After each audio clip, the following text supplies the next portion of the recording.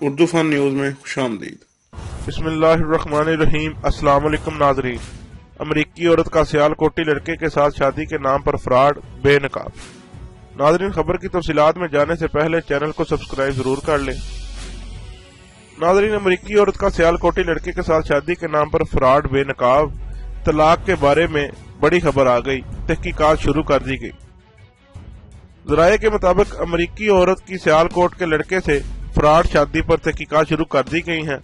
Report کے مطابق چند روز قبل امریکہ سے ماریا نام کی ایک عورت پاکستان آئی۔ اس نے یہاں پر سیالکوٹ کے ایک لڑکے سے شادی کر لی۔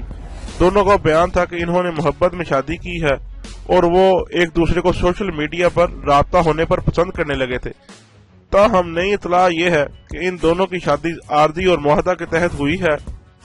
سوشل میڈیا پر آگ کی طرح پھیلنے والی افواہوں کے مطابق در حقیقت امریکہ سے تعلق رکھنے والی ماریا انسانی اسمگلنگ کا کاروبار کرنے والی ایک ایسی عورت ہے جو ایشیا کے ممالک کے بہت سے نوجوانوں سے شادی کر چکی ہے اور اسے اس کام کے عوض بھاری رقم ملتی ہے، کیونکہ وہ شادی کرنے کے بعد اپنے شوہروں کو امریکہ لے جاتی ہے، جہاں پر چند ماہ کے بعد طلاق ہو جاتی ہے۔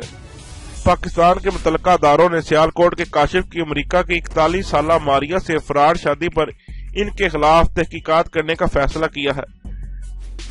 امکان ہے کہ دونوں کو جلد حراست میں لے لیا جائے گا۔